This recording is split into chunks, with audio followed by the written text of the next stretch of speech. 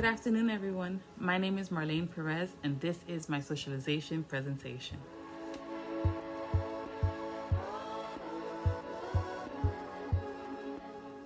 An aspect that I took for granted in my life was living in a house full of educators and not taking advantage of their knowledge.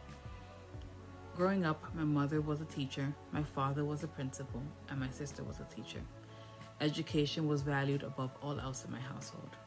However, I rebelled. I wanted to become successful, and I thought that I could become a professional without having to get my degree. I quickly realized that wasn't the case when I decided to become a social worker. As a social worker, I wanted to create plans and help children and their families, but I couldn't do this without a degree. My mother used to say, "They can't take your degree away from you." I now realize the importance of having an education and getting a degree, and wish I would have listened to my family sooner. The nature versus nurture debate. Whether we are who we are and have our characteristics because of our environment or our genetics. In my case, I work in a charter school and want to become a social worker for schools. Do I want to do this because of my genetics? Did I inherit the desire to help children from my mother and father?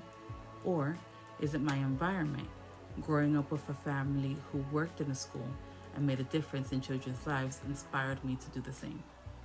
Or is it both, nature and nurture working hand in hand to help me become the person that I am today? Environment and genetics, nature versus nurture.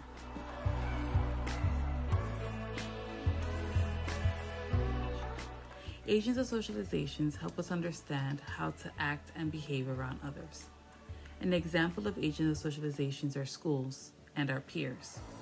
In schools, we're interacting with teachers and we're interacting with our classmates. This helps us get a sense of what's considered appropriate and what's considered social norm. When we're interacting with our peers, we're getting the same sense of what's considered socially acceptable and what's considered inappropriate or immoral.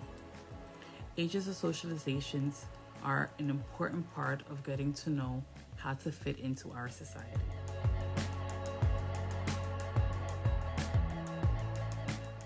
Functionalist theorists. Functionalists believe that social stability is necessary and for a strong society. Every aspect of society has an important role and function.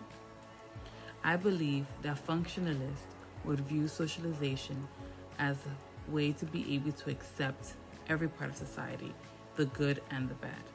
Crime would be necessary in order to keep the society stable. Conflict theorists. Conflict theorists believe that social issues arise from inequality due to gender, social class, or race. I believe that they will view civilization as a place where we're divided between the haves and the have-nots with unequal distribution of resources. We're taught from young that we either fit into the social class that has more resources or the class that does not. Symbolic interaction theorists. Symbolic interaction theorists construct their roles as they interact. So instead of following social norms, they determine the meaning of each interaction using symbols such as words and gestures. I believe that the role that they feel that socialization would have is to help you adapt.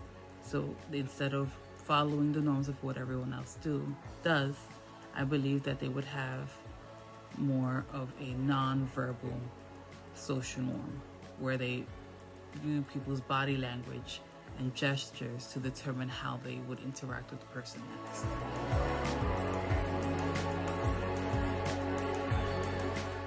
In summation, today I spoke to you about an aspect of my life that I took for granted, the nature versus nurture debate, what agents of socialization were, as well as how functionalists, conflict, and interaction theorists view the role of socialization. Thank you.